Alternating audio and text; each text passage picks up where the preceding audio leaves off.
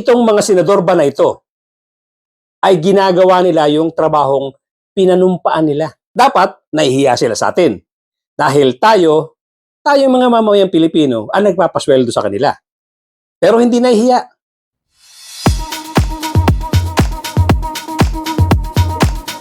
Tuloy-tuloy na po tayo sa ating topic for today. Pag-usapan naman natin itong ginawang pagdepensa nitong si Robin Padilla. Pagdepensa dito sa trial ni Sara Duterte. Itong mga to ito kasama si Alan Peter, Pia Cayetano, Amy Marcos, Bongo.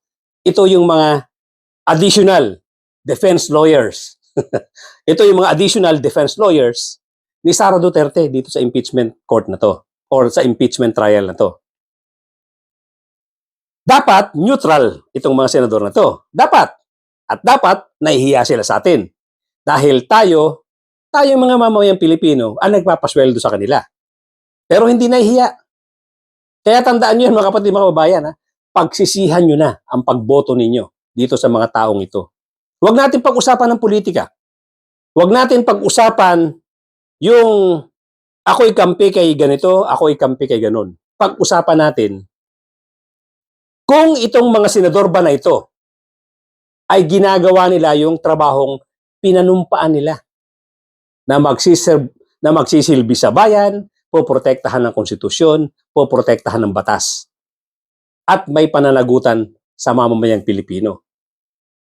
Itong trial, itong impeachment trial ni Sara Duterte, ang pinag-uusapan dito, accountability, pananagutan.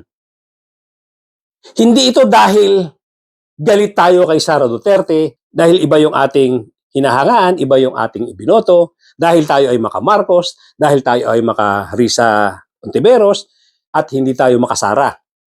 Hindi ganon ang usapan dito.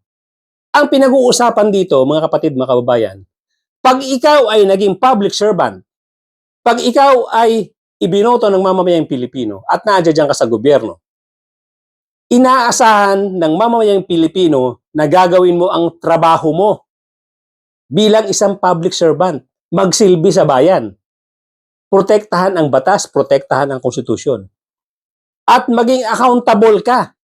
Kung may question doon sa iyong mga paggastos, may question doon sa iyong mga pagkilos, may question sa iyong mga pananalita, sagutin mo yan squarely.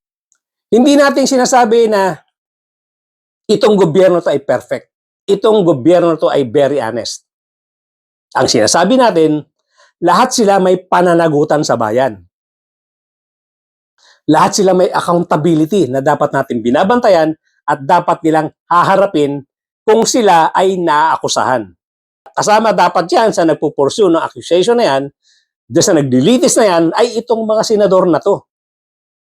Dahil lahat sila public servant, lahat sila pasweldo nating mga mamamayang Pilipino. Pero ano nangyayari? Itong reyna nila na si Sara Duterte na hinahangaan nila at nilalagay sa pedestal ay walang respeto sa batas, walang respeto sa gobyerno, walang respeto sa Kongreso, ang nirerespeto niya ang sarili niya. Ganun na rin itong mga senador na sumusuporta sa kanya. Wala pong respeto sa mamamayang Pilipino, walang respeto sa batas. Imbes na iporsu nila, dapat tulungan ang mamamayang Pilipino na ilabas ang katotohanan, gusto nilang pagtakpan itong si Sara Duterte. At dito, sa trial na to, kitang-kita natin kung paano ipagtanggol nitong si Robin Padilla, itong si Sara Duterte. Isipin nyo, yung mga tanong na ginawa niya kay Attorney Lotok, dapat tanong ng defense lawyer. So ngayon, siya na ang lumalabas ng defense lawyer. Isipin nyo ang issue niya, yung ginagawa niyang character assassination kay Attorney Lotok, sinisira niya ang credibility ni Attorney Lotok na para bang nasa husgado siya, nasa korte siya bilang talagang isang defense lawyer. Mga walang bearing, walang koneksyon ang mga tanong niya kay Attorney Lotok. Lalong-lalo na walang bearing sa pagiging senator judge niya. Hindi niya dapat tinatanong yung mga ganyan. Isipin nyo, ang tinatanong dito kay Attorney Lotok, bakit daw siya na promote doon sa barn? Bakit siya naging regional director dyan? Samantalang hindi naman siya Muslim. ano daw ang alam niya sa Islam. Anong koneksyon nun? Ang National Bureau of Investigation, para alam mo lang Robin Padilla, nasa lahat ng sulok ng Pilipinas yan. Whether lugar ka ng Kristiyano, lugar ka ng born-again Christian, lugar ka ng mga Muslim at iba pa. Walang pinipiling lugar yan. Kung saan ka madidestino, doon ka. Hindi ka makakapili. Parang mga sundalo rin yan, parang mga army, parang mga pulis. Ganyan din. Walang palakasan dyan. Ang gustong palabasin ni Robin Padilla, itong pagkakapromote kay Attorney Lotok ay dahil inimbestigahan niya si Sara Duterte. Yun ang gusto niyang palabasin dito eh. Taga saan po kayo? Na lugar, na probinsya? Tacloban, sir. Tacloban. Tacloban City, Opo. sir. Kayo po ngayon ay Regional Director ng NBI sa BARM. Yes, sir. Opo. Totoo po ba na kayo ang tinatawag na Golden Boy ngayon sa NBI? I cannot comment on that po, Your Honor. Kasi po ang... Nasa barn po ako. Wala ho ako ngayon sa Opo. main office, sir. Promotion po ba yon? Ilang beses na po kayo na-promote? Oh my God. Well, nung mula ako na pumasok ako sa academy, from Investigation 1 hanggang ngayon sa Regional Director, sir. Ilang beses po yon? Sa isang taon po Sa isang taon? Anong taon po, sir, ang tinutukoy nyo? Bago po kayo napunta sa BARM. Bago ho ako napunta sa BARM, Regional Director po ako ng Mimaropa. May Maropa. Region 4B, sir. Opo. Kayo po ba ang pumili sa BARM? Wow. Hindi po, sir. In the Ex-Agency of Service, doon po kami nilalagay kung ano ang tingin ng direktor na makakatulong kami sa Bureau. Bakit po kaya naisip ng direktor na sa BARM po Oh kayo? my God. Kayo po ba ay may kaalaman sa Islam? Hindi ko po alam kung ano ang naging basis ng direktor, pero... Kayo po mismo. Kayo po mismo.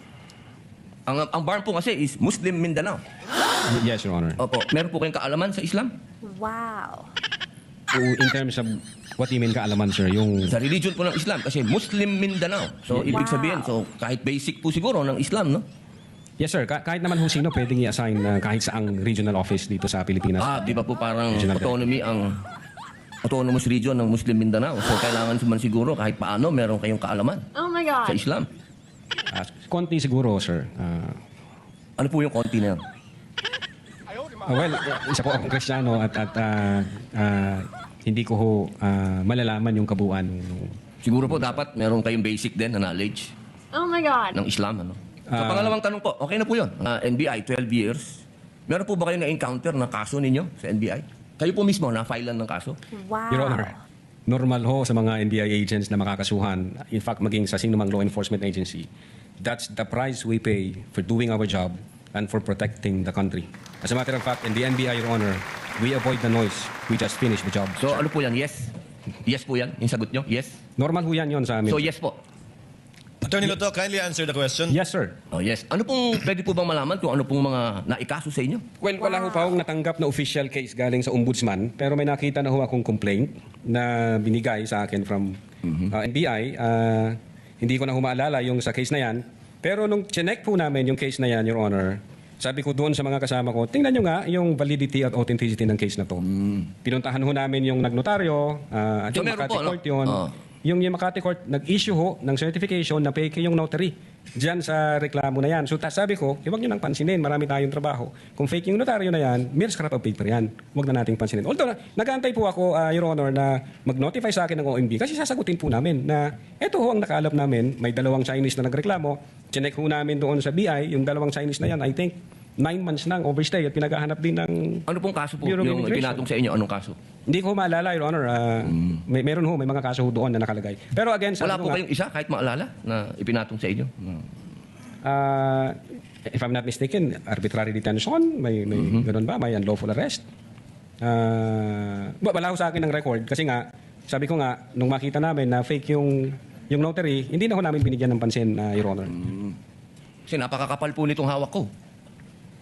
Wala akong problema, Your Honor. Sasagutin po namin yan. Apo. Sasagutin ko Hindi niyo po pa po yan. nasagot magmula noong February 29. Kasi wala pa hong official notice galing sa kung anong ahensya. Na nakarating po sa inyo, wala pa? Wala pa ho. Ang nakuha ko lang, yung kopya niyan, siguro may nagpadala sa akin.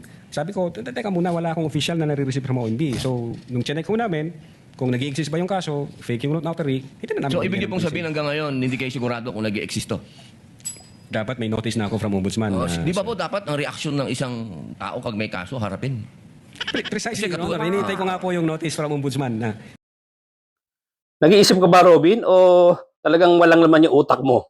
Ang ganda-ganda ng sagot sa'yo eh. Sinasabing inaantay yung notice from Ombudsman. At wala pang dumarating. Kaya nga walang sasagutin dahil wala pang dumarating na notice. At yung sinasabi mo na pag may kaso dapat haharapin agad, bakit hindi mo sinabi yan kay Bato de la Rosa? At itinakas mo pa. Ano ba naman yan mga pinagsasabi mo, Robin? Paganahin mo nga muna yung utak mo bago ka magtatanong. pag meron akong notice Wala from po kayong Ombudsman- notice hanggang ngayon? sa Wala pa Ombudsman? po, Your Honor. Yun nga ang inaantay ko kasi sasagutin namin kasi meron po kaming certification na fake yung notary. Inaantay ko po, Your Honor.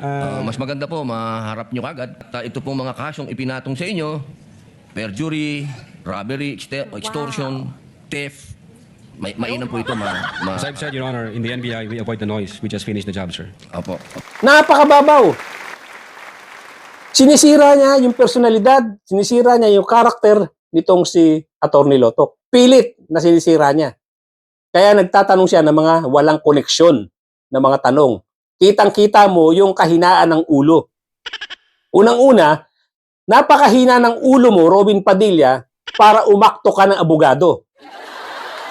Para kay Sara Duterte. Dahil pasweldo ka ng mamamayang Pilipino, dapat ginagawa mo ang trabaho mo bilang isang neutral na senator judge. Ang ginagawa mo, pilit mong sinisira ang karakter nitong si Atty. Lotok para masira yung kanyang mga testimony. Hindi ko makita yung connect na itinatanong mo kung ano ang alam niya sa Islam. Hindi kailangan niya Robin Padilla. Lahat ng mga government agencies na kung saan-saan nadidestino, hindi tinatanong dyan kung anong religion mo, kung ano yung religious belief mo. Depende yan sa pangangailangan ng lugar, depende yan sa qualification ng taong ipinopromote. Ang babaw, sobra. Ano pa yung ginawa mo, character assassination dito kay Atty. Lotok? Yung mga kaso na pilit mong ibinabato. Ang ganda ng sagot ni Atty. Lotok dito. Wala pa naman talagang lumitaw na kaso, wala namang nangyaring summon, wala kaming masagot. Sabi ni Atty. Lotok. Dahil kung yan ang kaso, yung kaso na yan ay talagang totoong kaso, eh dapat pinadala na sa amin yan, sa NBI. Since wala pang lumalabas na summon, hindi kami binigyan ng kopya ng demanda, wala kaming sasagutin. Di ba? At alam naman natin yan. Ito mga law enforcer na to, talagang ang laban dito ng mga kriminal, binabato rin sila ng kaso. Yan ang laban ng mga kriminal kasi may pera sila. Na yun ang pinaninindigan ni Robin Padilla na para bang sinasabi niya, napakasamang tao nitong si Atty. Lotok, huwag niyong paniwalaan. Talagang hindi nire-respeto ng mga DDS na to yung mga government agencies katulad ng NBI. Katulad na rin nga ng pagbaboy na ginawa nyo diyan sa Senado na pinalalabas nyo, NBI ang kalaban nyo. Isipin nyo, NBI, babanatan ng Senado? Aatakihin ng Senado? Yan yung drama nyo dyan nila Alan Peter Cayetano. Nakakahiya, binaboy nyo ng gusto ang Senado, binaboy nyo ang NBI dyan sa ginawa nyo. Kaya, dito, nagpa-obvious na talaga itong si Robin Padilla. Hindi na nila matiis. Talagang ipagtatanggol na nila itong si Sara Duterte by hook or by crook kahit magpakapalan na ng mukha.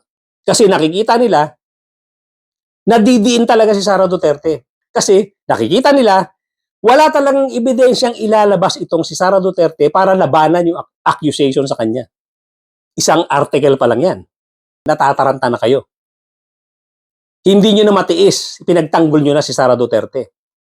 Kasi alam nyo, walang kalaban-laban si Sara Duterte dito sa kaso na to. Dahil sa bibig niya nang galing mismo. Yung ebidensya.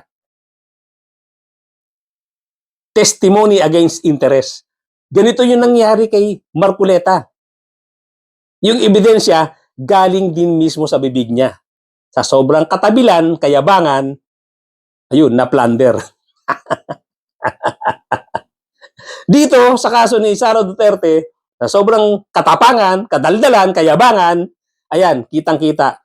Yung ebidensya sa bibig niya rin nanggaling yung pagbabanta sa buhay nitong si PBBM at ng First Lady at nitong si Romualdez. Sa kanya nang galing yung ebidensya. Kaya pinagtatanggol na siya nitong mga supposed to be mga neutral, mga senator judges na hindi na makatiis. Nag-abogado na dito kay Sara Duterte. Hindi na matiis. Ngayon, ang tanong ko, at gagawin ko rin ito na isang episode, itong si Pia Cayetano na graduate sa UP. Galit na galit nung magtanong minsan si Risa Ontiveros. Humihingal sa pagsita dito sa tanong Wow. ni Risa Ontiveros. At ang tanong ni Risa Ontiveros hindi naman biased. Medyo pabor pa nga ng konti kay Sara Duterte. Galit na galit itong si Pia Cayetano na graduate ng UP. Humihingal. Gusto ko sana isang episode pa yan, pero parang gusto ko nang banggitin ngayon. Anyway, isang episode na lang yan. Doon ko na lang sa next episode ko na lang babanggitin yung tungkol kay Pia Cayetano. So mga kapatid, mga kababayan, ito yung ating konklusyon. Itong mga grupo ng DDS senators, hindi na sila makatiis.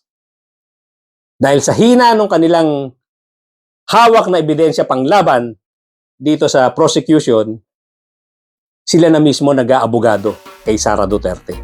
Obvious na. Nagpahalata na sila.